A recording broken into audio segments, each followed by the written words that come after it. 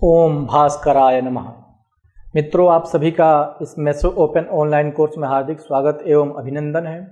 जैसा कि हम जानते हैं, यह 31वां पाठ है जो मूल रूप से स्त्री जातक स्वभाव विचार पर आधारित है। इस पाठ के अंतर्गत आप मूल रूप से स्त्री की प्रकृतियों, उनके स्वरूपों, उनके गुणों इत्यादि के बारे में आप पढ़ेंगे। इस पाठ के पूर्व आपने अनिष्टाध्याय के कुछ ग्रह लक्षणों के बारे में पढ़ा। वस्तुतः यह 24वां अध्याय है जो बृहद जातक है। उस बृहद जातक के क्रम में यह 24वें अध्याय के अंतर्गत आता है। इसमें स्त्री के समस्त आंगिक फलों के बारे में बताया गया है। जैसा कि हम जानते हैं, पुरुष एवं स्त्री के परस्पर सहयोग से ही इस जगत के धर्मादि कार्यों का संचालन होता है। जिस प्रकार समाज में पुरुष की प्रधानता है, उसी प्रकार से समाज में स्त्री की भी प्रधानता है। एक दूसरे के बिना ये दोनों अधूरे होते हैं। इसी कारण से भारतीय परंपरा में स्त्री को अर्धांगिनी कहा गया है। वराह मिहिर ने भी पुरुष एवं स्त्री दोनों में अभेद संबंध किया है, जिसका साक्षात उदाहरण यह प्रस्तुत अध्याय है। बृहद जातकोदित सभी शुभाशुभ फलों का आदेश पुरुष एवं स्त्री दोनों के ऊपर समान रूप से करना चाहिए, किंतु कुछ ऐसे फल होते हैं जैसे नपुंसक, विधुर आदि इत्यादि जो फल होते हैं वे केवल पुरुषों के लिए ही घटित होते हैं, और कुछ ऐसे फल जैसे वंध्या, वैधव्यादि ये फल होते हैं जो केवल स्त्रियों में ही घटित होते हैं, और कुछ ऐसे फल होते हैं जैसे अरिष्ट, आयु, मरण इत्यादि ये दोनों पर समान रूप से घटित होते हैं, अर्थात पुरुष पे भी समान रूप से घटित होते हैं और स्त्रियों पर भी समान रूप से ये घटित होते हैं। पुरुष जातक या स्त्री जातक अपने किस प्रारब्ध के कारण सुख या दुख का उपभोग कर रहे हैं, यह ज्ञात कर पाना अति कठिन होता है। परिवार का कोई सदस्य केवल अपने किए हुए कर्मों का ही फल नहीं भोगता, अपितु वह अपने परिवार के अन्य सदस्यों द्वारा किए हुए कर्मों का भी फल भोगता है, क्योंकि सभी सूर्यादि ग्रह किसी न किसी संबंध विशेष के कारक होते ही हैं। यदि कोई व्यक्ति राजसुख का उपभोग कर रहा है तो वह केवल अपने ही कर्मों का फल नहीं प्राप्त कर रहा है, अपितु अन्य सदस्यों द्वारा कृत प्रारब्धों का भी वह भोग कर रहा है। यही बात सुख दुख इत्यादि की स्थिति में भी हमें समझना चाहिए। कभी कभी ऐसा देखा जाता है कि विवाह के पश्चात पुरुष का अभ्युत्थान होता है, और कभी कभी ऐसा देखा जाता है लोक में कि विवाह के पश्चात पुरुष का पतन होना प्रारंभ हो जाता है। तो इसका मूल कारण क्या है? मूल कारण यही है कि पुरुष और स्त्री ये दोनों एक दूसरे से बंधे हुए होते हैं, अर्थात पुरुष का भाग्य स्त्री में तथा स्त्री का भाग्य पुरुष में, ये इन दोनों का फल जो होता है वो आपस में अंतरित होते रहते हैं। अतः इसी प्रकार से पुरुष एवं स्त्री तथा संतति और माता पिता इत्यादि के शुभाशुभ फलों का उपभोक्ता जातक होता है, और उनके शुभाशुभ फलों का निर्माता भी होता है। अतः इस पाठ में इसको विशेष रूप से दर्शाया गया है कि किस प्रकार स्त्री जातक पुरुष को प्रभावित करती रहती है। आचार्य वराह मिहिर ने पुरुषों के फलों को तो बताया ही है, किंतु इसके साथ साथ स्त्री जातक के विशेष फलों को भी बताया गया, अर्थात स्त्रियों को मुख्य मान करके उनके विशेष फलों का वर्णन किया गया है। स्त्रियों का स्वभाव किस प्रकार से जाना जाए, इसके लिए हम त्रिंशांश चक्रों का प्रयोग करते हैं, जिसके आधार पर हम स्त्रियों के समस्त शुभाशुभ आंगिक लक्षणों, उनके स्वभावों, उनके प्रकृतियों, उनके व्यवहारों और उनके स्वरूपों का परिज्ञान करते हैं। अतः इस पाठ में इन सभी का हम ध्यानपूर्वक अध्ययन करेंगे। इस पाठ के उद्देश्य क्या हैं? जब हम उद्देश्यों की परिचर्चा करते हैं तो इस तथ्य पर पहुंचते हैं कि इस पाठ को पढ़ने के पश्चात आप ग्रह लक्षणों द्वारा स्त्री के प्रकृति, स्वभाव एवं व्यक्तित्व के बारे में जान सकेंगे। जिस समय स्त्री जातक का जन्म हुआ है उस समय कैसी ग्रह स्थिति थी, उन ग्रह स्थितियों द्वारा स्त्री जातक का स्वभाव किस प्रकार निर्मित होगा और उसका व्यक्तित्व किस प्रकार से होगा, उसकी प्रकृति कैसी होगी, यह हम इस पाठ के माध्यम से सरलतया जान सकेंगे। द्वितीय उद्देश्य जो है, त्रिंशांश द्वारा स्त्री के व्यवहार, उसके शील एवं चरित्र के विषय में जान सकेंगे। स्त्रियों का जब हम फल कथन कहते हैं तो उसमें त्रिंशांशों का विशेष स्थान होता है, जिसके द्वारा उसके हम व्यवहार और उसका जो शील है अथवा उसका जो चरित्र है, इसके बारे में हम सरल पद्धति से जान सकते हैं। पुनः अग्रिम श्लोक जो है पुनः अग्रिम उद्देश्य जो है वह है पुरुष एवं स्त्रियों के फलों में परस्पर किस प्रकार का संबंध होता है यह जान सकेंगे। पुरुष के फल स्त्रियों को प्रभावित करते रहते हैं, स्त्रियों के फल पुरुषों को प्रभावित करते रहते हैं, तो इन दोनों के मध्य में किस प्रकार का संबंध होता है। जैसे परिवार में यदि पुरुष दुखी है तो स्वभाव है कि निसर्ग रूप से उस परिवार का अन्य सदस्य भी दुखी होगा, और यदि परिवार में सुख शांतिपूर्ण माहौल है तो उस परिवार के सभी सदस्य सुखी होंगे।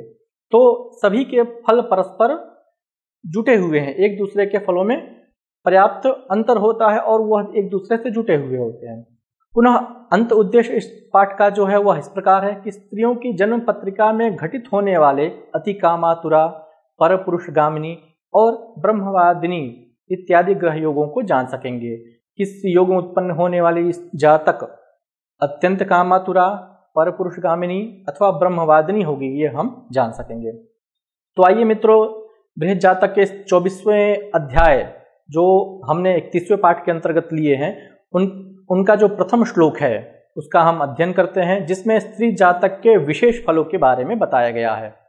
जैसा कि आचार्य वराह मिहिर कहते हैं, यद्यत् फलम नर भावे क्षममंगगानां तत्तद्वदेत् पतिषु वा सकलम विधेयम तासां तु भर्तृमरणं निधने वपुस्तु लग्नेन्दुगम सुभगतास्तमये पतिश्च।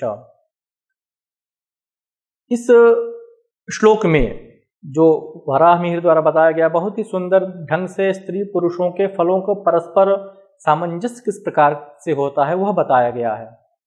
कहते हैं कि पुरुष जन्मोक्त जो फल स्त्रियों के लिए असंभव प्रतीत होते हैं उन फलों को स्त्रियों के पति में ही कहना चाहिए, अथवा पुरुष जन्मोक्त समस्त फलों को स्त्रियों के पति में आदेश करना चाहिए। स्त्रियों के शुभाशुभ फलों का वर्गीकरण हम 3 प्रकार से करते हैं। कुछ फल स्त्रियों के लिए कहने चाहिए जैसे शरीर लक्षण इत्यादि, तथा कुछ फल उनके पति में कहने चाहिए जैसे राजयोग आदि, और कुछ फल दोनों में समान रूप से कहने चाहिए जैसे सुनफा अनफा इत्यादि। लोक व्यवहार में यह प्रत्यक्ष रूप से हम देखते हैं कि पति पत्नी में किसी एक पर विपत्ति आने पर दोनों ही दुखित होते हैं, तथा दोनों में किसी एक के सुख भोगादि प्राप्त होने पर दोनों ही आनंदित एवं प्रफुल्लित होते हैं। अतः पति एवं पत्नी के फलों का परस्पर सामंजस्य स्थापित करने के पश्चात ही हम फलों का निर्धारण कर पाते हैं। पुनः स्त्रियों के पत्रिका में उनके पति का मृत्यु का विचार अष्टम भाव से करना चाहिए। जो स्त्री जातक है उस स्त्री जातक के जो अष्टम भाव है उस अष्टम भाव से उसके पति के मृत्यु का विचार करना चाहिए, तथा शरीर आदि का विचार लग्न से और चंद्र से करना चाहिए। अर्थात स्त्री जातक का शरीर किस प्रकार से होगा, उसके स्वरूपादि का निर्धारण किस प्रकार से होगा, यह हम जन्म पत्रिका में लग्न से और चंद्र के माध्यम से करते हैं, तथा स्त्री जातक के सप्तम से उसके पति का और उसके सौभाग्य का हम विचार करते हैं। इस प्रकार से आचार्य वराह मिहिर ने वर्णन किया हुआ है। तो स्त्री पत्रिका में किन किन भाव से हम क्या क्या विचार करते हैं इस चक्र के माध्यम से आप देखें। अष्टम भाव से पति की मृत्यु का विचार करते हैं, लग्न और चंद्र से स्त्री के स्वरूप का, स्वभाव का, प्रकृति का, वर्ण का, और सप्तम भाव से पति के सुख दुख, चरित्र, स्वरूप, प्रकृति, वर्ण एवं उनके स्वभाव का हम अध्ययन करते हैं। पुनः स्त्री के फलों का वर्गीकरण 3 प्रकार से जो किया गया है वह आप इस चक्र में देख सकते हैं। स्त्री घटित फल, पुनः पति में घटित होने वाले फल, और पति पत्नी दोनों में घटित होने वाले फल कौन कौन से होते हैं वह इस चक्र के माध्यम से आपके समक्ष प्रस्तुत है। अब हम स्त्री के प्रकृति का परिज्ञान किस प्रकार से करें। स्त्री जातक का जब जन्म होता है तो उस जन्म के आधार पर, जन्मस्थ ग्रहों के आधार पर किस प्रकार से हम उसके प्रकृति का ज्ञान करें उसके बारे में बताया जा रहा है। जैसा कि आचार्य वराह मिहिर कहते हैं, युग्मेषु लग्न शशिनोः प्रकृति स्थिता स्त्री सच्छील भूषण युता शुभ दृष्टयोश्च ओजः स्थयोश्च मनुजा कृतिशील युक्ता पापा च पाप युत वीक्षितयोर्गुणोना। जैसा कि प्रथम श्लोक में ही आचार्य वराह मिहिर ने कहा कि स्त्रियों का जो स्वभाव है, उनका जो स्वरूप है, लग्न और चंद्र से देखना चाहिए। तो लग्न और चंद्र से किस प्रकार परिज्ञान करें उसका निर्देश इस श्लोक में किया गया है। कहते हैं कि यदि समराशियों में लग्न और चंद्रमा हो तो वह स्त्री स्त्रियोचित आकार और स्वभाव वाली होती है। यदि समराशिस्थ लग्न हो और चंद्रमा दोनों समराशियों में हो और उस पर शुभ ग्रह की दृष्टि भी हो तो वह स्त्री सच्चरित्रा, शुभ स्वभाव युक्ता और विद्या इत्यादि आभूषणों से वह युक्त होती है। इसी प्रकार से यदि समराशिस्थ लग्न और चंद्रमा दोनों पर शुभ ग्रह की दृष्टि हो, यदि लग्न और चंद्रमा दोनों ही विषम राशि में हो तो वह स्त्री पुरुष आकृति से युक्त होती है, पुरुष स्वभाव से युक्त होती है। यदि लग्न और चंद्रमा दोनों पर ही पाप ग्रहों की युति हो तथा पाप ग्रहों की दृष्टि भी हो तो वह स्त्री पापाचारिणी तथा स्त्री गुण से विहीन होती है। इस प्रकार से हम समराशि और विषम राशि में लग्न अथवा चंद्र के होने से हम इनके फलों का परिज्ञान कर पाते हैं। यदि समराशि में लग्न है और विषम राशि में चंद्र है तो ऐसे स्त्री का स्वभाव मिश्रित स्वभाव वाला होता है, अर्थात वह पुरुष एवं स्त्री दोनों से मिश्रित स्वभाव वाली होती है। किंतु समराशि में दोनों हैं, चंद्र और लग्न दोनों हैं, तो स्त्री स्वभाव से युक्त होगी, और विषम राशि में है तो पुरुष स्वभाव अर्थात पुरुष की जो चेष्टा होती है, उनका जो प्रयत्न होता है, उस प्रयत्न को करने वाले वह स्त्री होती है। पुनः हम आगे बढ़ते हैं। इस चक्र के माध्यम से हम जानते हैं कि कैसे हम परिज्ञान करेंगे। आप चक्र का अवलोकन करें। इस ग्रंथ का अग्रिम श्लोक हम लेते हैं। इस श्लोक में त्रिंशांश के द्वारा, प्रत्येक जो त्रिंशांश है उस त्रिंशांश के द्वारा हम स्त्रियों के सत चरित्र और उनके स्वरूप का अध्ययन करते हैं। जैसा कि वराह मिहिर ने कहा है, कन्यैव दुष्टा व्रजति हदास्यम साध्वी समाया कुचरित्र युक्ता भूम्यात्मजर्क्षे क्रमशोंशकेषु वक्रार की जीवेन्दुज भार्गवानाम। इसमें जो है इस श्लोक में त्रिंशांशों के माध्यम से स्त्रियों का स्वरूप बताया गया है।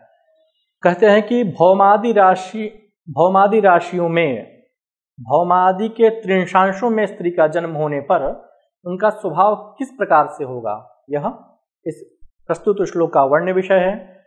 जैसे मंगल के राशि मेष और वृश्चिक के लग्न में होने पर अथवा चंद्र के होने पर तथा क्रमशः मंगल, शनि, बृहस्पति, बुध और शुक्र का त्रिंशांश होने पर जन्म लेने वाली कन्या क्रमानुसार दुष्टा, साध्वी, मायायुक्ता, कुचरित्र युक्ता होती है।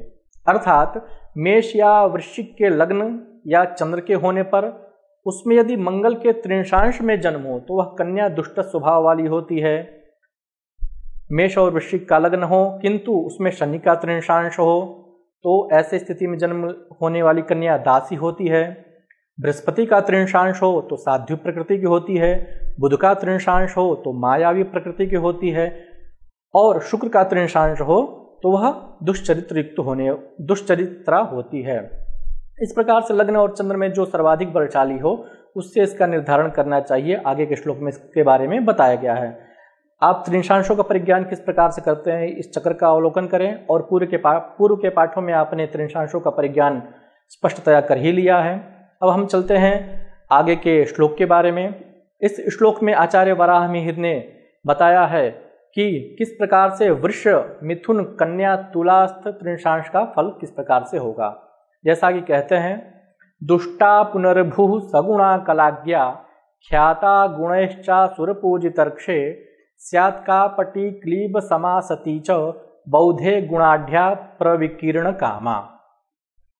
अर्थात शुक्र की राशि वृष या तुला के लग्न में होने पर अथवा चंद्र के उसमें स्थित होने पर और क्रमशः मंगल का, शनि का, बृहस्पति का, बुध का और शुक्र का त्रिंशांश हो तो ऐसे स्थिति में जन्म लेने वाली कन्या क्रमशः दुष्टा, पुनर्विवाह युक्ता, गुणवती, कलावती और प्रसिद्धा होती है। अर्थात बुध की राशि मिथुन एवं कन्या के लग्न होने पर अथवा चंद्रमा के होने पर और मंगल, शनि, बृहस्पति, बुध का त्रिंशांश होने पर क्रमशः ये फल होते हैं। अर्थात कपटी होती है, नपुंसकी होती है, सती होती है, गुणवती होती है और अत्यंत कामातुरा होती है। एक उदाहरण देकर के इस बात को प्रदर्शित किया गया है। जैसा कि शुक्र का लग्न है अर्थात तुला लग्न है और उनमें जो प्रत्येक त्रिंशांशों का भी यहाँ पर वर्गीकरण किया गया है कि किस त्रिंशांश में क्या होगा, बुध के त्रिंशांश में कैसा फल होगा, बृहस्पति के त्रिंशांश में, मंगल के त्रिंशांश में इत्यादि सभी ग्रहों के त्रिंशांश में क्या क्या फल होगा, यह इस चक्र में स्पष्ट रूप से परिलक्षित है। अब प्रदत्त श्लोक में लग्नगत कर्क सिंह धनु मकर कुंभ मीनस्थ त्रिंशांश द्वारा स्त्री के स्वभाव का परिज्ञान बता रहे हैं। जैसा कि आचार्य वराहमिहिर कहते हैं, स्वच्छंदा पतिघातिनी बहुगुणा शिल्पिन्यसाध्विन्दुभे नाचारा कुलटार्कभे नृपवधू पुंचेष्टिता गम्यगा जैवे नैक गुणाल्परत्यतिगुणा विज्ञानयुक्ता सती दासी नीचरतार्किभे पतिरता दुष्टा प्रजा चांशकैहि। इसमें भी त्रिंशांशों के माध्यम से हम उनके फलों के बारे में पढ़ रहे हैं। चंद्र की राशि कर्क के लग्न में होने पर अथवा कर्कस्थ चंद्रमा के होने पर क्रमशः मंगल, शनि, बृहस्पति, बुध और शुक्र का त्रिंशांश हो तो जन्म लेने वाली कन्या क्रमानुसार स्वच्छंदा, पतिहंत्री, अतिगुणा, शिल्पज्ञा और दुराचारिणी होती है।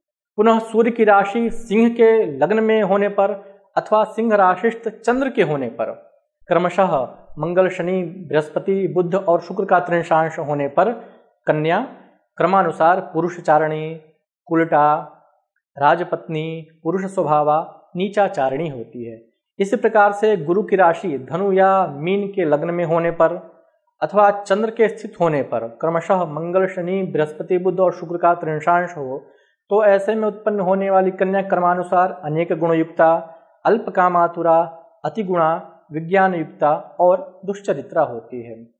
पुनः शनि की राशि मकर या कुंभ के लग्न में होने पर या चंद्र के इन राशियों में स्थित होने पर तथा क्रमशः मंगल, शनि, बृहस्पति, बुध और शुक्र का त्रिंशांश होने पर जन्म लेने वाली कन्या क्रमशः दासी, नीचरता, पतिरता, दुष्टा और संतति विहीना होती है। तो इस प्रकार से प्रत्येक त्रिंशांशों का फल प्रत्येक लग्न वशात अलग अलग बताया गया है। जैसा कि आप इस चक्र में देख सकते हैं कि सभी 12 लग्नों का कौन सा लग्न है, उस लग्न में किसका त्रिंशांश है तो क्या फल होगा। मेष लग्न है अथवा वृश्चिक लग्न है, उसमें मंगल का त्रिंशांश है तो दुष्टा होगी। मेष लग्न है, वृश्चिक लग्न है, उसमें शनि का त्रिंशांश है तो दासी होगी। इस प्रकार से सभी लग्नों में 5 ग्रहों का त्रिंशांश वशात ये फल निर्धारण किया गया है। इस प्रकार से इन फलों का हम विशेष विचार किस प्रकार से करते हैं वह अग्रिम श्लोकों में बताया गया है। जैसा कि श्लोक में बताया गया है, शशि लग्न समायुक्तैहि फलम त्रिंशांश कैरिदम बलाबल विवेकेन तयोरुक्तम विचिंतयेत।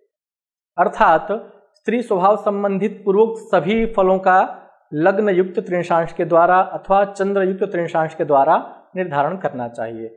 इन दोनों में जो सर्वाधिक बलशाली हो उसी के त्रिंशांश के द्वारा उसके स्वभाव इत्यादि का परिज्ञान करना चाहिए। अर्थात लग्न का त्रिंशांश बलशाली हो अथवा चंद्र का त्रिंशांश बलशाली हो, इन दोनों में जो सर्वाधिक बलशाली है उन दोनों का बल देख करके हम उनके गुणों का, उनके चरित्रों का निर्धारण करते हैं। पुनः उत्तरार्ध में हम अन्य प्रकरण लेकर के आपके सामने उपस्थित होंगे। तब तक के लिए नमस्कार।